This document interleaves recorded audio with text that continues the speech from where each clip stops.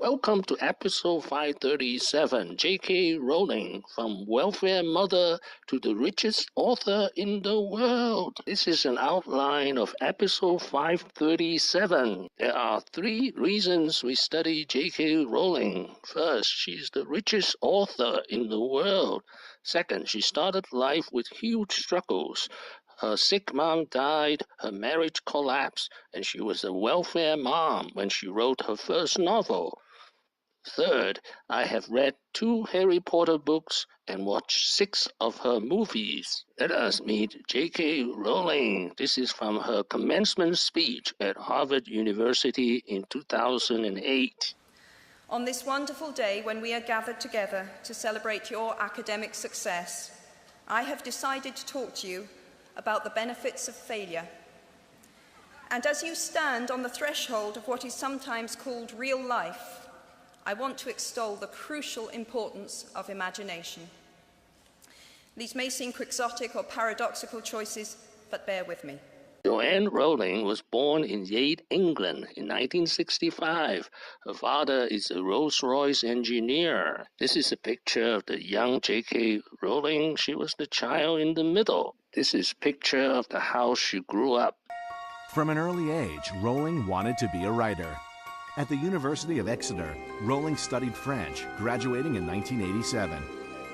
She moved to London, working in many jobs, including Amnesty International, a charity she continues to support. In 1990, she first conceived of the idea for Harry Potter, and on a delayed train journey from Manchester to London, ideas began to come to her. J.K. Rowling's mother died of multiple sclerosis in 1990. She was 25. And living in squalor, that was the answer. During the day, I was writing in cafes, as everyone famously knows. But could I just say, for the record, once and for all, because it's really irritating me, I did not write in cafes to escape my unheated flat, because I am not stupid enough to rent an unheated flat in Edinburgh in midwinter. It had heating. I went out and wrote in cafes because the way to make Jessica fall asleep was to keep her moving in the pushchair. So I used to take her out, tie her up. And by every usual standard, I was the biggest failure I knew. Now, I'm not going to stand here and tell you that failure is fun.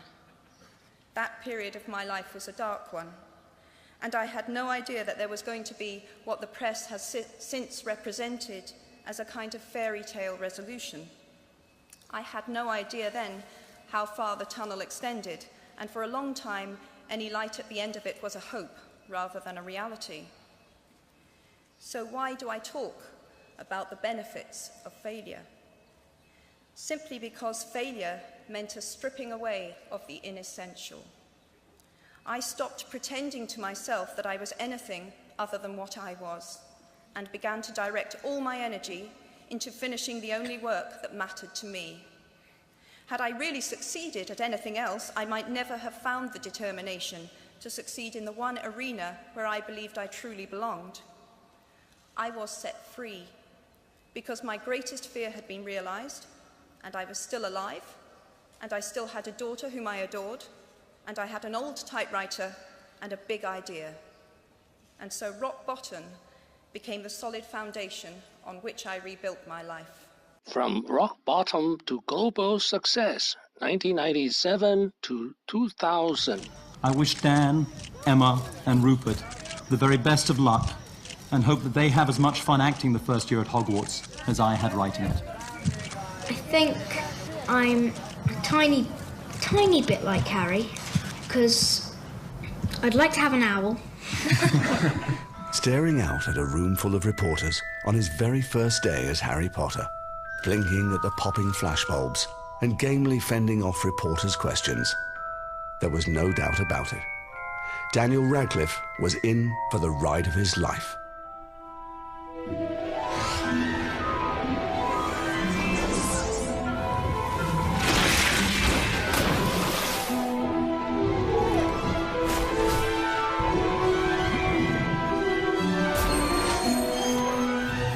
In 1991, she also remarried and had 2 other children from her second marriage. In November of 2001, the long-awaited Harry Potter movie achieved the biggest opening in film history. The closer the viewing came, the more frightened I became, to the point where when I actually sat down to watch the film, I was terrified. But the best was yet to come.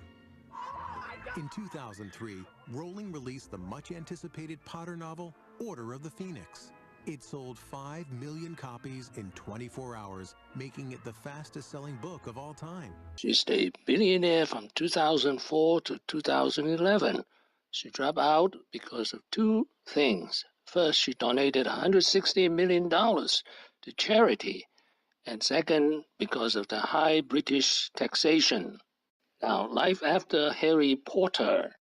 She began to write adult novels and crime novels. Her first endeavor was the book Casual Vacancy. In 2012, she had moderate success. What have I learned today? 3 things. First, the story of JKRowling is the story of the world's richest and most successful author.